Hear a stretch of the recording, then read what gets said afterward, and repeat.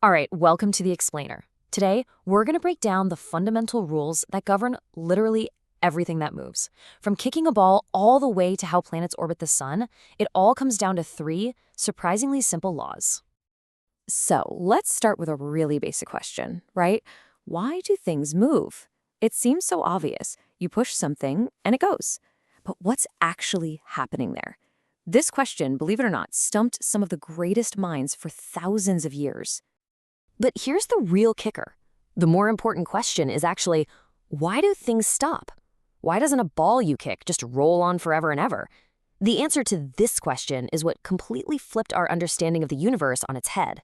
For a long time, the thinking was pretty straightforward. Objects just want to be at rest. It kind of makes sense, doesn't it? You push something, it moves for a bit, and then it stops. That must be its natural state. But what if that was all wrong? What if some invisible thing was always working to stop objects? It took people like Galileo and Newton to realize that this intuitive idea was missing a huge piece of the puzzle.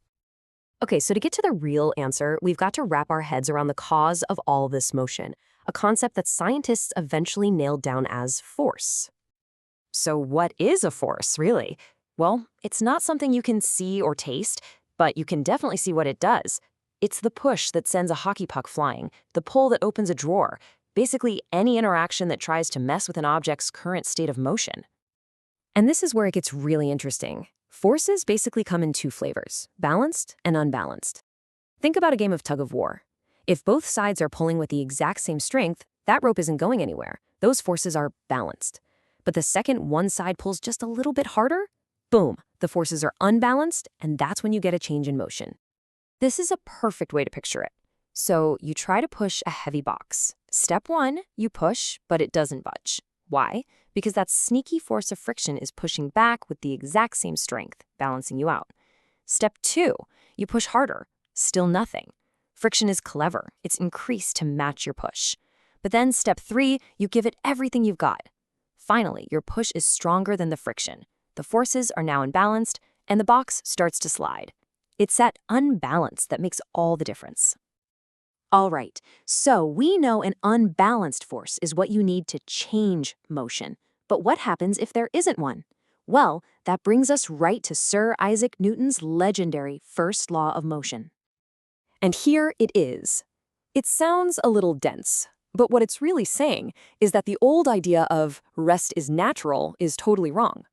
Turns out, an object moving at a steady speed in a perfectly straight line is just as natural as an object sitting perfectly still.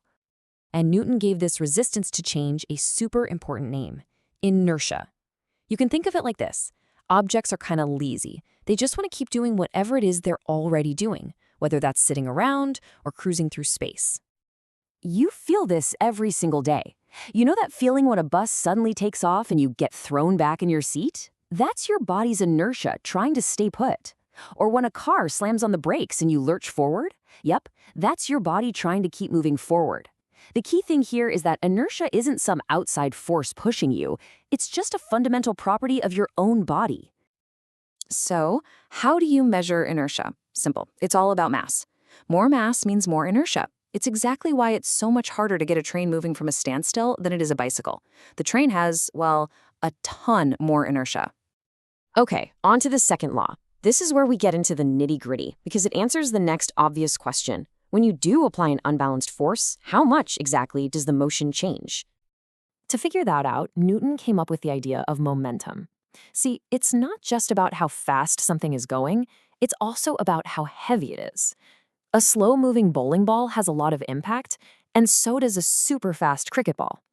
Momentum is what you get when you multiply mass and velocity together. It's the real measure of an object's quantity of motion. So the second law basically says that a force is what changes momentum. And for pretty much everything we do with day-to-day, this boils down to one of the most famous equations in all of science, F equals ma. Force equals mass times acceleration. This is a total game changer because it gives us a powerful tool to calculate exactly how things are going to move. Let's put that formula to work. Look at this chart. On the left, we've got a 2-kilogram mass that we want to accelerate at 5 meters per second squared. F equals ma, that tells us we need 10 newtons of force. Now look at the right. We have a heavier, 4-kilogram mass, but we're accelerating it more slowly. What do we get? only 8 newtons of force. The law lets us calculate these trade-offs perfectly. Okay, so we've got what causes motion and how to measure the change. The third and final law, this one is beautiful. It reveals this perfect hidden symmetry in every single interaction in the universe. You've definitely heard this one before. What it really means is that forces never, ever happen alone. They always, always come in pairs. Okay, picture this. A sailor is in a small rowboat and wants to jump onto a dock. To make that leap forward, the sailor has to push backward on the boat with their feet. Let's call that push the action. At the exact same instant, not a split second later, but the exact same instant, the boat pushes back on the sailor with an equal and opposite force. That's the reaction. It's what actually propels the sailor forward. So the sailor moves one way and the boat scoots back the other way.